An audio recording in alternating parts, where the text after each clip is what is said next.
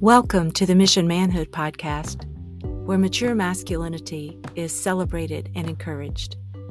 My name is Angela Abide, and I will be your host.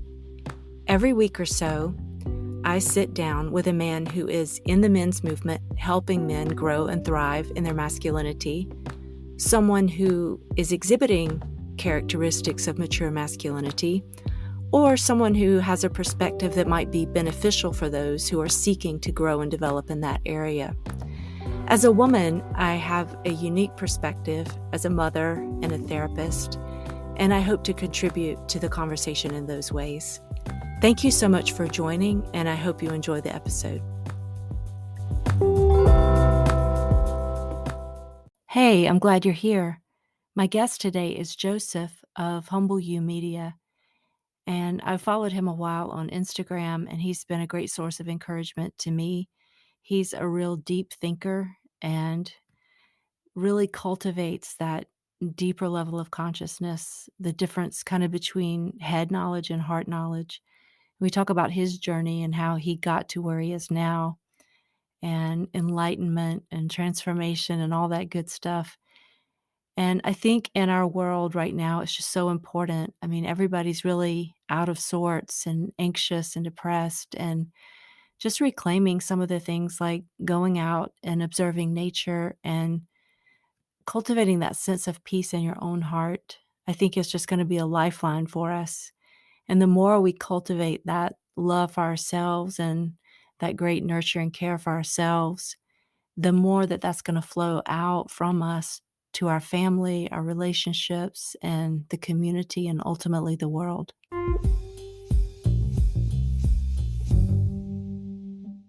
Hello, Joseph. Hey, how we doing, Angela? I'm doing great. It's so awesome to be able to see you and talk to you in person. I've been following you for a while on Instagram. Yeah. We've been following each other. It's been over a year now. Yeah. Great content on both sides. Yeah. We've tried to get together, and now here we are, 2022. And also, I wanted to say I'm very excited for this conversation. I don't get asked to come on podcasts much, but here we are. So it's going to be a great time. Yeah, I think so. Will you tell the audience a little bit about what you do and what your passion is? Yeah. I've had a crazy story. So I started off in the professional world on TV. I was working for a CBS affiliate in Michigan. I was a TV meteorologist, but I left the business. I wasn't happy with what was going on. Just leave it at that. And then and kind of entered myself in a sense. My girlfriend left me. I was left with nothing, didn't know where to go professionally. And I was with myself. And through that experience, I really connected with an inner voice, in a sense, you could say. Not something speaking, but something that was opening life to me. And then through that journey, I started coaching individuals, and then I got into the work of Carl Jung, and he really spoke about that inner voice, that inner consciousness, and he wrote a lot of material. So I decided to start writing commentary and then producing commentary on YouTube for Carl Jung. So lately, I've been doing a lot of that work, as well as coaching individuals, and really trying to present really difficult psychological material in a present age, in a present and modern time. I think that's so important. And I respect people like that so much, because there are a lot of people talking about it now. But at that time, he was a pioneer and having to come up with the language to describe what he was discovering within. And now we have people like him that we can use their language. And that's the difficult thing about that world. The inner world, it's invisible. You can't see it. So you have to use images. And then sometimes when you use an image, let's say I'm going to use an elephant to describe some feeling, some people sometimes get attached to the image. So instead of the feeling that we're trying to describe because it's invisible with an image, people sometimes get caught up in the image. And then when they get caught up in the image, they lose the essence. Mm-hmm. So really, that's what the work is, in a sense, of Jung's work, getting back to the essence, understanding the mind, and really making that connection. Yeah. I wanted to ask you a little bit about your story, because I hear a lot of people say, live your passion, go after your dreams and whatever, but you're a person who was going in one direction and then you made a change and started going in another direction. What was that like for you? Was that scary or? Well, before I went on TV, I was playing baseball and I was studying business. And then I had an injury that kind of derailed the whole baseball career in a sense. I wasn't going to be a professional, but at least in college, I was playing. But at that point, I figured, hey, if I'm injured and I'm not really enjoying business, maybe I can go pursue my childhood dream in atmospheric science. And the reason I didn't go forward to it because I felt the schoolwork was going to be too tough. So that Oh, injury, which was a tough time, got me to kind of enter that unknown. I didn't know if I could do the schoolwork. I didn't know if I could talk on TV. I had anxieties, but going through that experience and pushing through the anxieties and then finally getting the job, getting on TV, really allowed me to see how much will can do in a sense. Like you can mhm. change yourself. There's so much in transformation. And then the other experience now, kind of conquering the inner world, is my next journey after TV. It's been a whole different experience, but similar kind of a pattern of really opening yourself up to a new world, a whole new world in a sense. The TV world is a different world than the inner world, but we live in both worlds. So I think it's important to Yeah. understand both of them. Lately, in terms of adversity or things that happen, this has happened to me a couple of times just recently where something very annoying or difficult will happen. And I'll have this little voice that says, "You asked for this." And I'm just able to like get really centered and go, okay, yeah, because I know what I asked for down the road. And if this is the detour that we have to take right now for me to get there, I'm gonna trust that. And it sounds like you had a lot of those where you like the labyrinth. You think you're going this way, and then all of a sudden you're turning this way, and you finally get to the center. But it took a lot of different turns to get there. Yeah, yeah, yeah. And it's almost those synchronicities you see in life, especially when you open up to that world. And Carl Jung was the one that brought up that term synchronicity, Mhm. as well as a lot of other terms. So that's why I really started diving into his work because there really are a lot of things our society's longing for and needing, and Mhm. it's in his work, but you have to dig through it to get it. And then you're sort of like an interpreter that's helping people who haven't had a lot of experience to understand it. Yeah, yeah. You got to sit with the work and allow it to kind of flow through you and really understand that you can't just say A equals B and that's it. Especially with that invisible world, you can't see it. So but here's the thing, and here's the thing about my journey going on TV. I was scared at first, and fear held me back, and that's why I stuck with baseball and went into business. Fear held me back from pursuing those childhood dreams. Mhm. But then I was able to have an experience that pushed me through. And then going through it, you could see how you can push through fear. And there's so much beauty and wisdom on the other side of fear. And that's why I love fear because it's an emotion that you don't want to disrespect. You don't want to say, I'm going to be fearless and take on the world. Yeah. You want to respect it, but you also want to understand that on the other side of it, if you could see through it, there's something there. There's a little bit of gold in a sense, if you want to use alchemical terms. Mhm. And then achieving that is really the beauty of life. That's experience. And that's what life's all about. There's kind of two different types of fear. There's the mind fear that's like, hey, you need to run because that snake is poisonous. That's, for a good purpose. But then there's like a spirit of fear that gets on us and we can't do what we're meant to do in the world. And fighting through that and getting to the other side leads to all those great gifts that we are looking for. Yeah, yeah. That's the work in a sense, the great work that they talk about, or that's the inner work is really understanding the emotions and seeing both sides of them. So we talked about fear.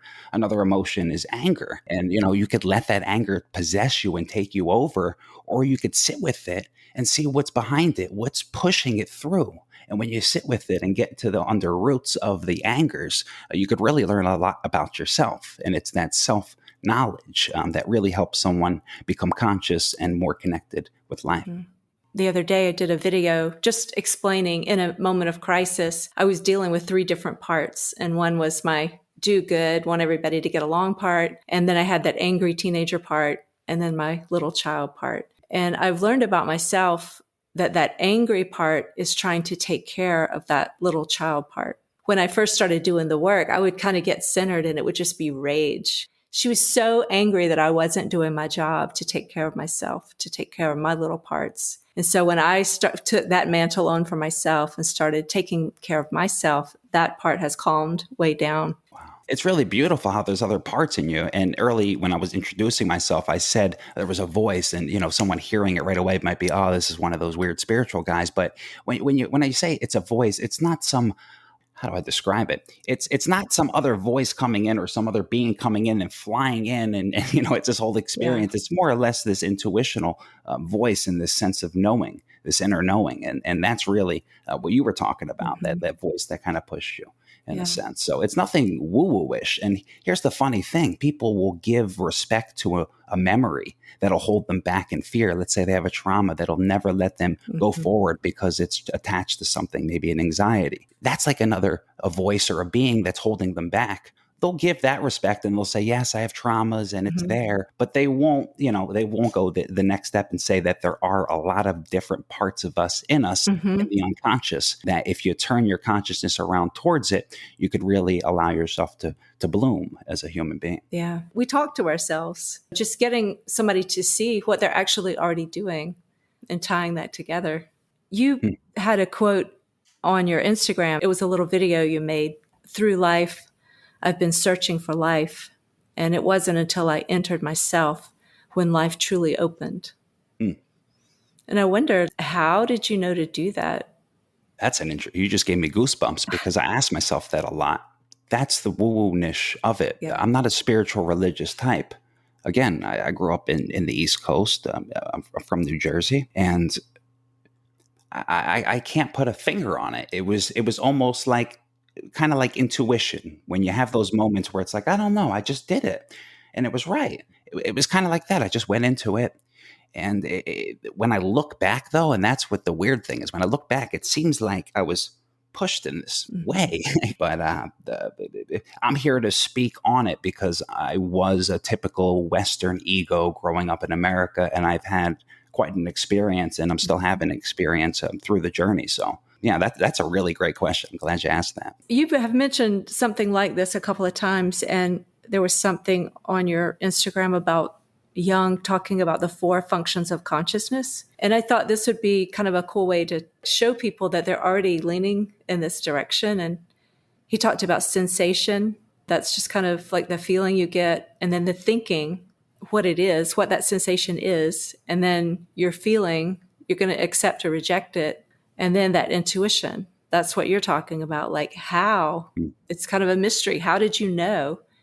I think about that in terms of when you meet somebody, you feel like they might be special. You kind of get goosebumps or you feel, nervous.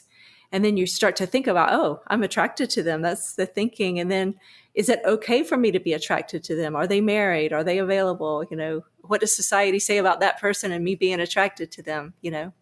And then like the people that just say, I just knew. When I met them, I just knew. That's more of that intuition. Yeah. And Yeah. so I like to show people you're already operating in this. It's not like it's foreign. It's just Oh, becoming, yeah. yeah, becoming aware of it. And it's beautiful to look at a situation with wholeness, because sometimes what Jung spoke about is a lot of people are more of a thinking type or more of a feeling type. So if you're more of a thinking type and you're stuck in intelligence, you might not be able to see a situation wholly. You might not be able to see if it's acceptable or not. You might not be able to really understand the situation. So embracing wholeness is a beautiful example you brought up with the four functions, is seeing a situation in all the different aspects. Yeah. You said that it takes you to heal you. Hmm. And I wondered, based on your experience or how you help people, what do you mean by that? What I mean by that is our society has become very dependent, and this is not due to one specific source, but we've become over comforted in our houses. There's air conditioning, and we're very dependent, and we like to be comfortable. And because of that, sometimes healing someone's mind, especially in the psyche, achieving things in life, it's easy to blame and become dependent on others. It's like, oh, it's because of this person, or oh, if this person just gave me this. And what I mean by that is, you have to do it yourself, because at the end of the day, it has to be done by you internally, especially. And this is the important part. Internally, no one could touch you internally but you. Your consciousness is unique to you. What's so beautiful is we're all born in this blank slate, and we all have this beautiful consciousness. And then through life, we build all of our perceptions, all of our beliefs, all of our opinions in the background on these different objects in life. And everyone's consciousness is then unique to their self. And that's the importance of doing the work, because if you're going to a therapist and you're like, oh, heal me. How Mhm. are they going to get in there? They can't get in there. They Yeah. could give you medicine that they never tried themselves. Mhm. But the important thing is if somebody does enter their self and they start to look at that content, they can make a change because again, their consciousness is unique to them. So that's what I mean by that. Also, a little bit of a knock on religions because it's always like, oh, wait for the savior. Someone's Mhm. going to come save you. And if you're just sitting around waiting your whole life, you're never going to really embrace it. And, Yeah. I think the beauty of life is really embracing life and learning through the experiences. Yeah, and I think religion kind of gets in the way of the authentic message because when I like read the words of Christ and try to dissect what he was trying to say or communicate, to me it looks a lot different than what we're presented with as far as a religious experience. And that whole aspect of I am, the capital I, capital A, capital M, I'm not so sure that wasn't that consciousness you speak of or the self that internal family system speaks of. People have put it in different kind of language, Hmm. but that life is within you. And I think the first half of our life, we're conditioned. I had 3 kids and I met them when they first got here, and holding them, I could sense their pure essence. It was like they were just pure being. And then we put everything, we tell them who they are, we tell them what to wear, we tell them what sports team we play for, we tell them what church we're going to go to, we tell them, how to be and what their last name means and all of this stuff. So it's like you forget who you are. And then the second half of your life is really trying to get back there and to remember, to Mm. remember. So you have to go within to get there. That's it. That's it. And you have to go through all that baggage that you put on top of the Yeah. truth, on top of the true, pure consciousness, the pure being. That's a beautiful example. Real quickly, there's a lot of traits of that children do, and I'm going to bring it back to what we were talking about. There's a lot of traits that children do automatically without ever being taught. So then you wonder, where's that intelligence come from? Mm-hmm. It's the same thing with intuition. It's like, okay, there's an intelligence there. Where's that coming from? It's the same thing with the children. How do they know how to crawl? How do they know how to cry? How do they know if they want to eat? So there's something already there. And Yeah. that's the beauty. And that's when someone can open themselves up to that space. Yeah, that intelligence that's already there. I wanted to ask you, like, you have to learn to discipline your mind and body. You have to, provide structure and order for your mind and body so that you can sort of access that third thing, whether you call that the spirit or soul or self. I wonder, how do you see that in your mind? Is it 3 things? Is it soul and spirit? How do you look at it when you're thinking about it? I try not to put too many labels on it, especially because I think everyone's situation is unique. Yeah. Now, personally, I think we all personally have our own, like I said, consciousness, which means we all have our own souls in a sense. And I like to put consciousness in one realm. I like to put the subconscious in the realm in between, and that would be the soul. And then I would like to put another, which would be spirit, and that's the unconscious. Okay. So you could see how conscious and unconscious are sort of connected, and we're influenced here by that world. They're influenced, that's the way I see it. So, I don't like to put names or beings, and I Mm-hmm. try to keep it as open as possible. The beautiful thing is a lot of people talk about that number 3 being very powerful, especially here in creation. Plato talked about it a lot. And I think it's better for an individual to have their own personal experience and name it whatever they wish to name it than to look at a book or look for someone else to tell them something, because then they're stuck in belief and they can never cross Plato's divided line, if anyone's familiar. And I think in searching for answers, people do get caught up in someone else's definition. And, even to the point where I've heard some people in the Christian realm even say that a practice like meditation could be evil. I get so saddened by that because I feel like in my experience, that's the way I found the truth, to be able to quiet my mind, to ask my mind to yield, and to get my body just to be quiet for a Mm. minute and then just listen and just sit. Over time, I've learned some of the greatest lessons just through silence. Well, first, I want to say that Christ meditated. Yeah, I You know. I know. know, It doesn't make sense. Yeah, yeah, yeah, yeah. meditation, really powerful. It's so powerful. And that, that's the work. That's the only way to get to that space. So there's different names for it. Mindfulness, back in the ancient Greek world, they called it the incubation. So, Mhm. it's been around forever. And that was the spiritual space, and that's spirituality. That's why I say psychology, in a sense, is spirituality. Yeah. It upsets people, but it's the same thing. Mhm. So yeah, I think meditation's a really, really powerful and beautiful method to be able to connect with oneself. Now, here's the thing: what is meditation? A lot of people try to say, I'm going to go into my meditation with a mantra, or I'm going to go in with this question. And it's good to have a question, maybe sometimes. But here's the thing: to truly meditate, you have to go in, like you said, with nothing Mhm. and in silence. And it's really tough to be in that space when we're getting bombarded in our society with the quickness, with the flick rates, with the social medias, with, the TikToks, they're quick videos, boom, another video, boom, another video, just everything, all the bombardments. There's so many distractions. It's really tough to find that space to sit. It's definitely a discipline, but it's like such an essential tool for me now. If I ever feel upset about something, it's almost like holding the baby. Like if the Mm, baby starts crying, you pick the baby up and pat the baby. That's what meditation has become for me. And it can be just a little quick rescue in the middle of the day. But when I start to feel that turmoil or that storm brewing, if I can sit for a few minutes and just get really quiet and kind of ask myself, what is going on here? Usually the answer will kind of like bubble up. Like you said, it's not audible, but I'll go, oh, mm. yeah, that one word that person said to me in the grocery store, it got the storm going. And you can kind of search for that.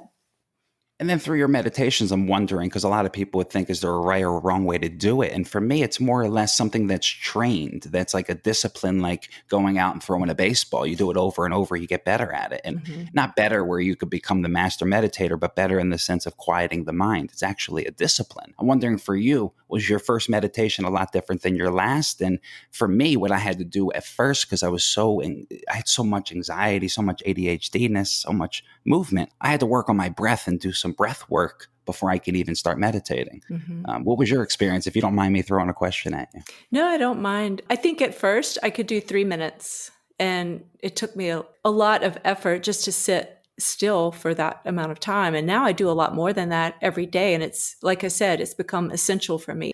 I'm no good creatively. I'm no good to the people in my life. It's Mm, part of my vocation, it's part of what I need to do. I ask my mind to yield, and I try to go through my scalp all the way to my toes and ask my body just to rest. And sometimes I picture like a deep well that goes, mm, I can never see the bottom of it. And I just mm, try to feel. There's a verse in the Bible that says, "He who dwells in the secret place of the Most High shall abide under the shadow of the Almighty." mm, And so that visualization of just being in this really sacred, quiet place, that's where I try to get to. But if I'm really agitated about something, if I can't get my mind to yield, I go there and I just try to be compassionate. I don't beat myself up on the days I can't. I will go through the thoughts and just try to take each one. And so it just depends on the day. yeah, yeah. And what's so beautiful is you have your own way of doing it. I have Yeah. my own way, and there's no right or wrong No. way. Yeah. Yeah. Yeah. So anyone listening in, find your way, find your peace. And Mhm. when you do the meditations, here's the beauty. Here's the beauty. Your body relaxes It to the does. point where you feel like everything opens up. It's Mhm. unbelievable, right? Yeah. Yeah. I know a lot of your videos are in nature, on the beach, showing the sky or the trees. And for people who've never really experienced it, I tell them start there.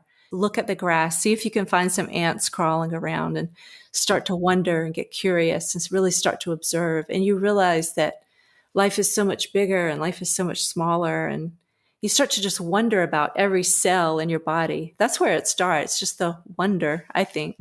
Hmm. Curiosity is unbelievable, and it could take you on a journey. But here's the thing: about when I was out in nature, I was really feeling connected. And it was this out in nature where I wasn't trying to follow some hike or talk with people. I was really just out with it. Mhm. I don't know.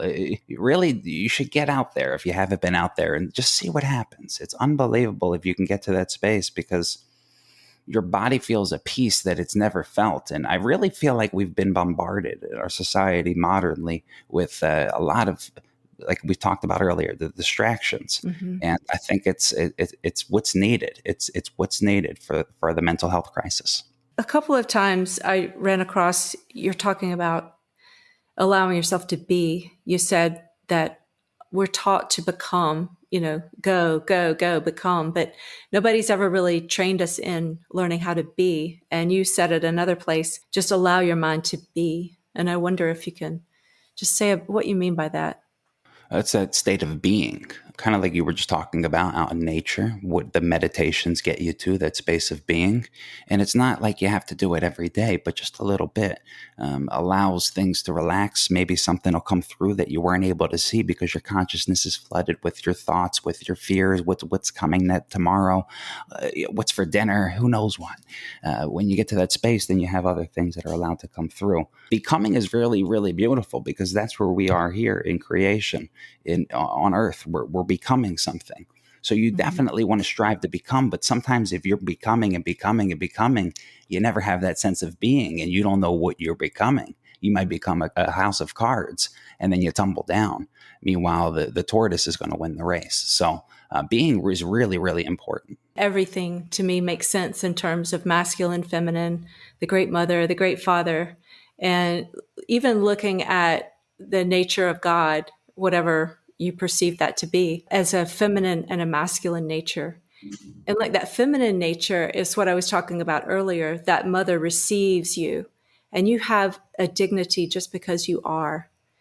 And then the father is more like, I am going to push you to become all that you're meant to be. And then the two of those, working together, like you never lose that dignity and that deep love just for who you are. And I think as humans, we lose sight of that. As parents, we forget to remind our kids that we love them just because of their essence, because they have life and dignity. And we, focus on grade 3 and grade 4 and grade 8 and the college degree. And after that, and who you're going to marry and all of that. And we get caught up in the higher and higher levels of things that are happening on the outside. And what are we chasing and all that? What are we chasing to get? It's like I've coached people that are millionaires. What are you chasing to get? You make all the money in the world, you have the family, and they're still not happy. So it's like, what do you want? To me, at least in my journey, when I found myself and I found that connection, then I was able to finally become something in a sense. I was able to really embrace and enjoy life. Yeah. I had a live the other day where I told the guy that I really love myself.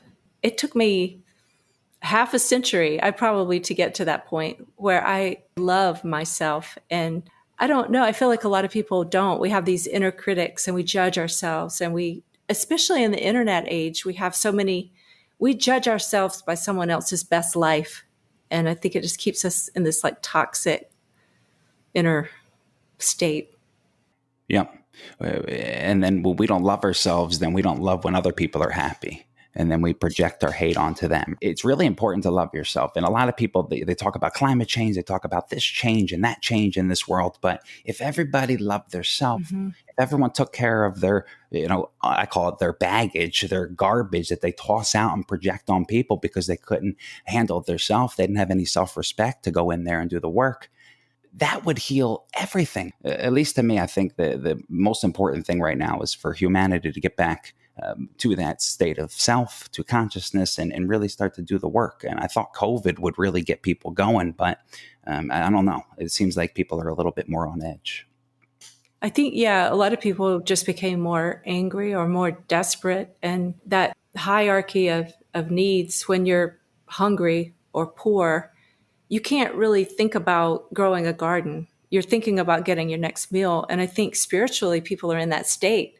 They're just trying so hard to numb it, or, like you said, watch the next video, or just trying to ignore, but actually doing that inner work and getting back to the basics of just locating something beautiful. What's beautiful is right behind you. Carl Jung spoke about that. The peacock tail is a beautiful symbol of the self. And Carl Jung has a lot of different writings on that. Maybe I could send it to you, especially if you have like a love for peacock. Yeah. That's the symbol of the self. One of the symbols, one of the various symbols of the self, according to Jung. So I thought maybe you knew that. That's really interesting. It's No, beautiful. I love the colors. And I, working a lot with men, for everybody who's just listening, I have a peacock behind me.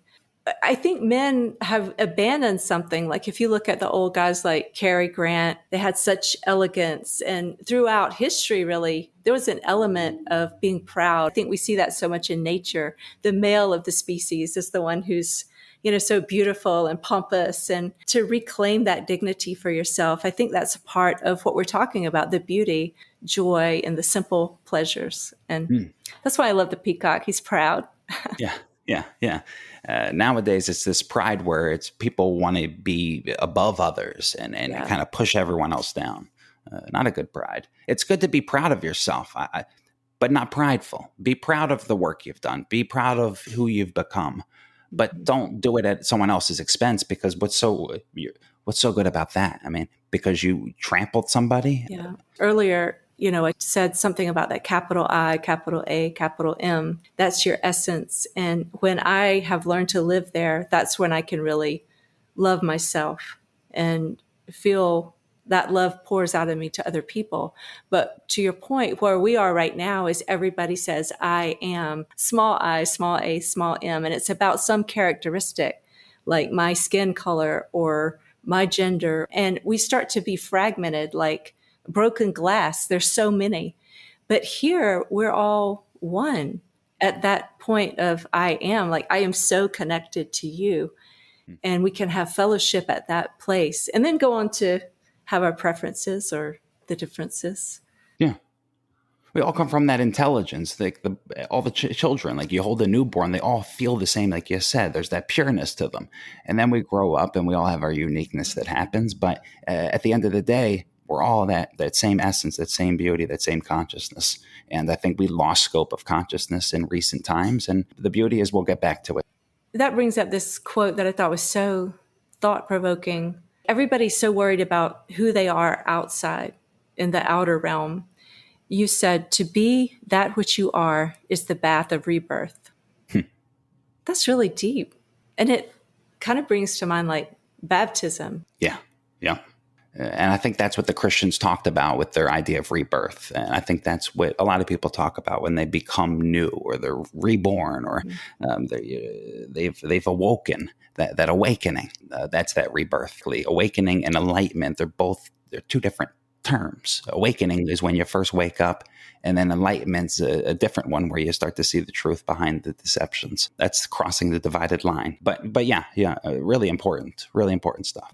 The awakening is like the first step, right? Is that what you're saying? So for me, I would say awakening is when you kind of turn your mind around. You start to see, a lot of the things that I'm doing in the outer world are pushed through these inner voices or these inner emotions or these inner memories or these inner thoughts. And then as you're awakening, you're starting to see more of the truth. I say enlightenment's when you get to that state where you're able to just be kind of like a stone where no one can influence you. You're not going to go high or low. If something beautiful happens, you're not going to get too excited. If something terrible happens, you're not going to get overly evil. And I think that's enlightenment because at least at that stage, you're at a pure state of peace. And if you're at pure peace, at least in my terms, then you could create out of that beautiful space. If you're a creator, if you want to become something, if you're an inventor, if you want to build a business, or just live in pure beauty. Yeah. That's the way I see enlightenment. I think it's a process, and I think it's a long lifetime process. Speaking of creation, one of my favorite things about your work is the videos that you make. I feel joy when I watch your videos, and it just feels like a spring day, and it just brings a lot of hope to me. So, are you talking about the Instagram videos? yeah, those little Instagram videos you do that are just so comforting in this big, ugly world where there's so much awful information. And I just go to your page, and you have the nicest videos and sometimes cartoons and sometimes just beautiful nature scenes, and your very comforting voice is.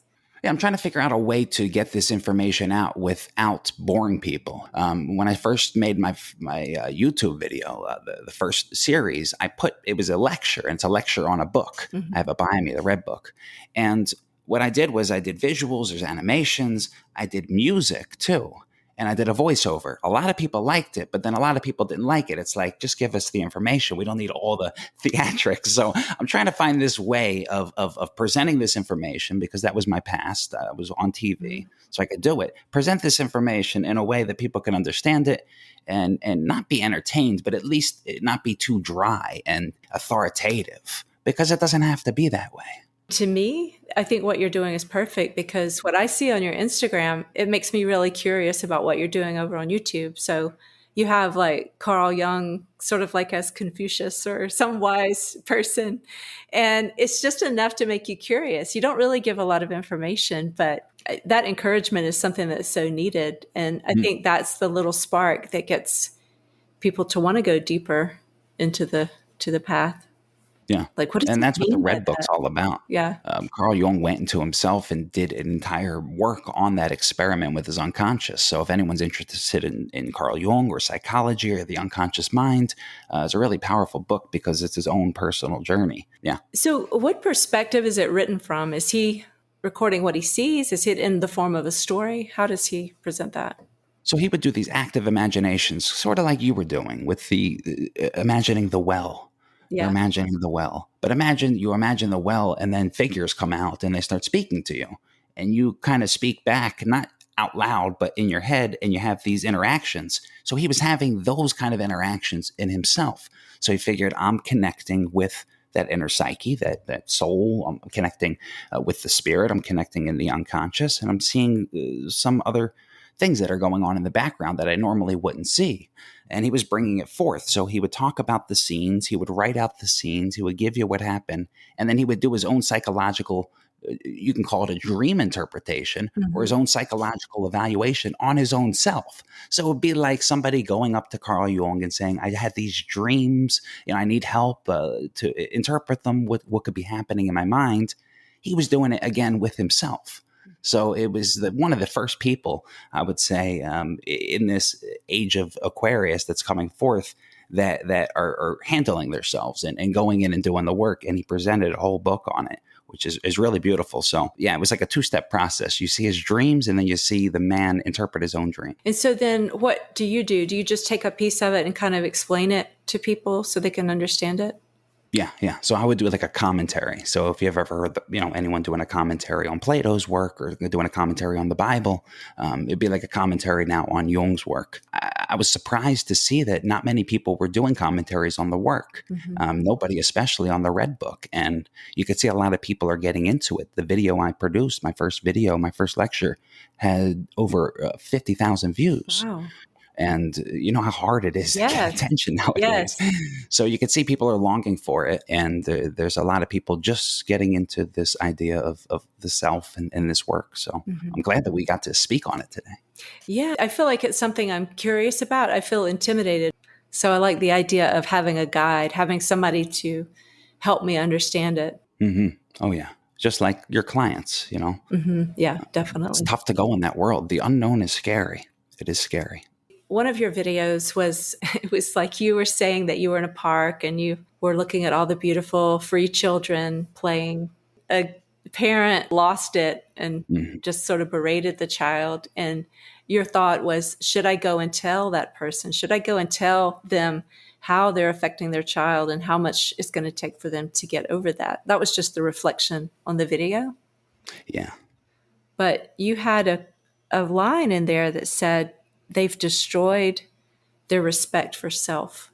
Yeah, that's the scary part of this world, because when your eyes start opening, then you see the world differently, and you start to see when the traumas are first introduced in someone's life, and you're like, oh my gosh, I just witnessed a moment that might limit them or might hold them back or might even build a disease in the body. A lot of stress can build diseases in the body.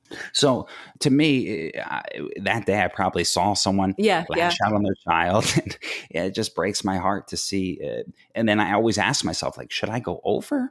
Because a lot of people are like, no, you let people do what they do. But then it's like, yeah. You're kind of what if they caught. don't know? Maybe they need to know. Yeah, it's a tough one.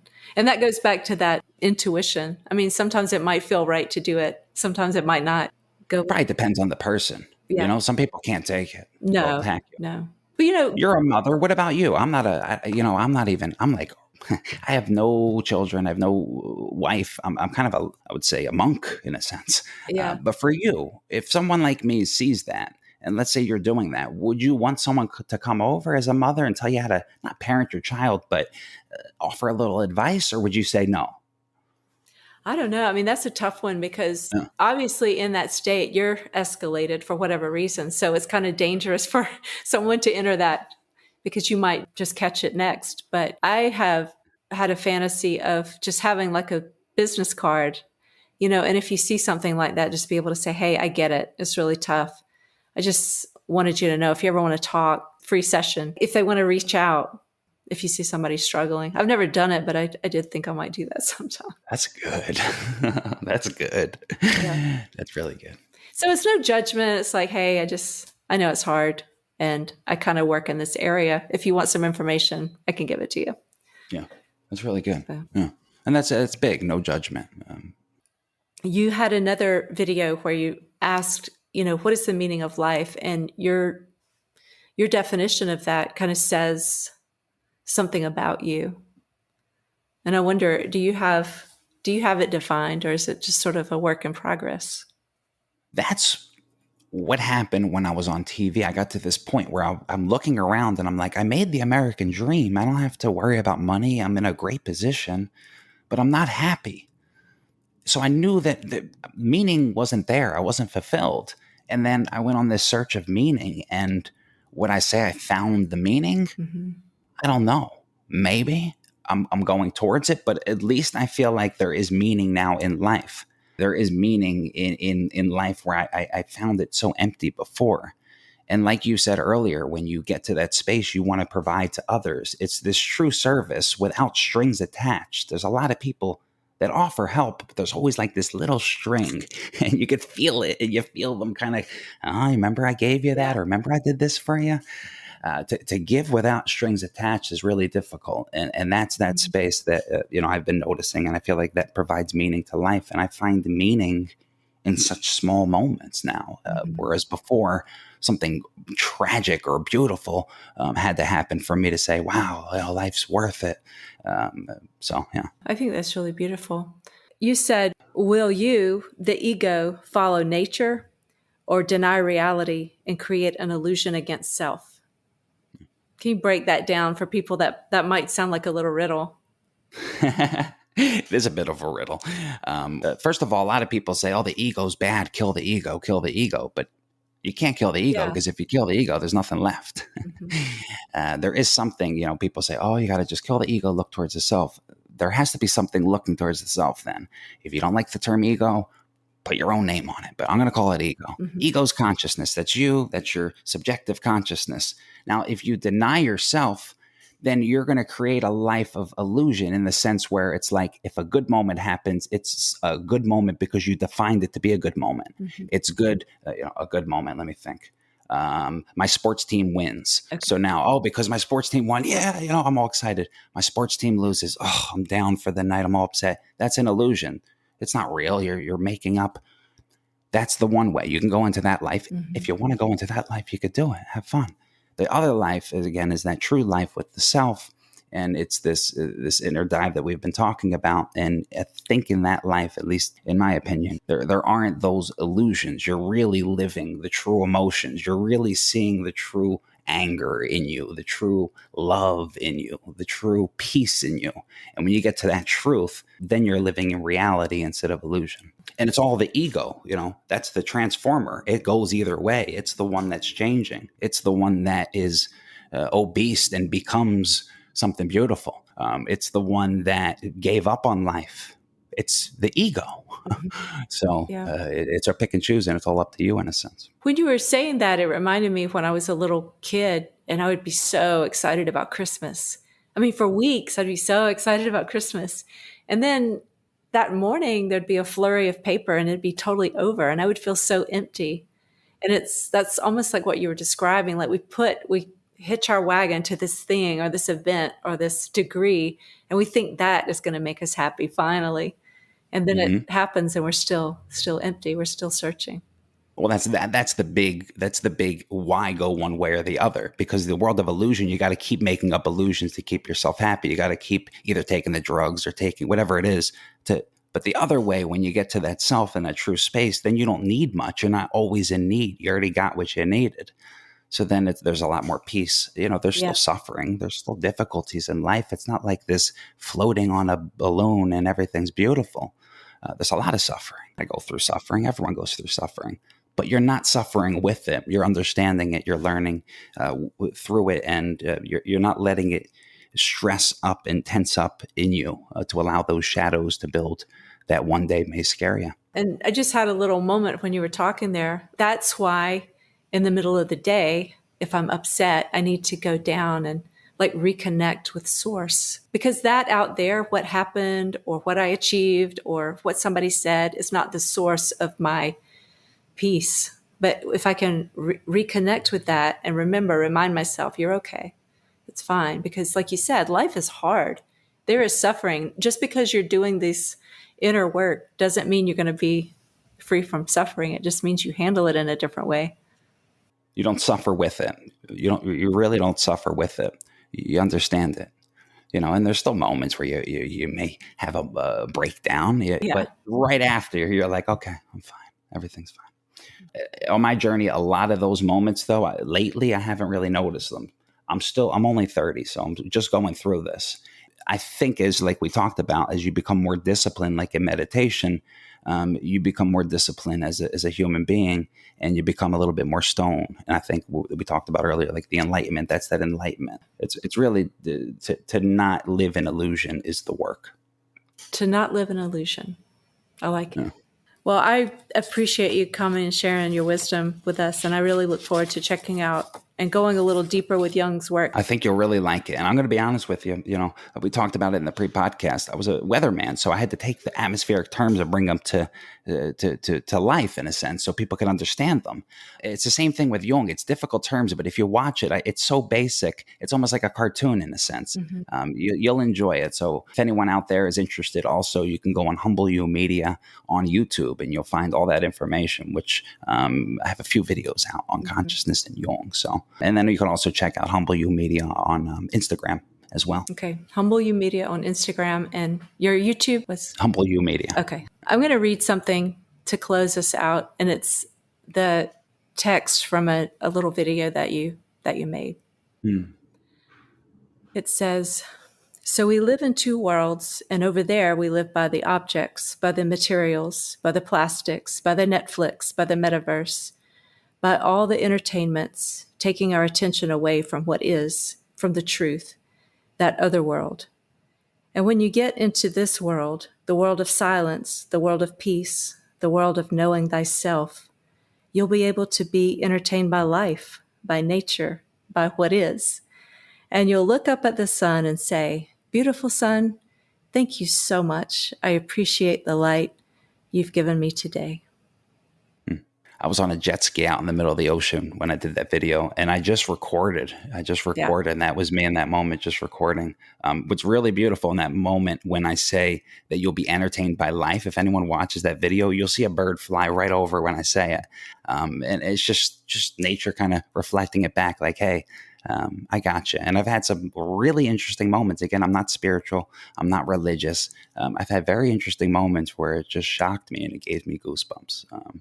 But wow, what a beautiful conversation. And real quick, I do want to say it. I said it in the pre-podcast, but I'm going to have to say it again. I really love everything you do for the world. There's not a lot of people like you, and we need it. I mean, these are the darkest times in a while here on Earth, and people like you helping people see through it, helping people open themselves up to more knowledge, more information.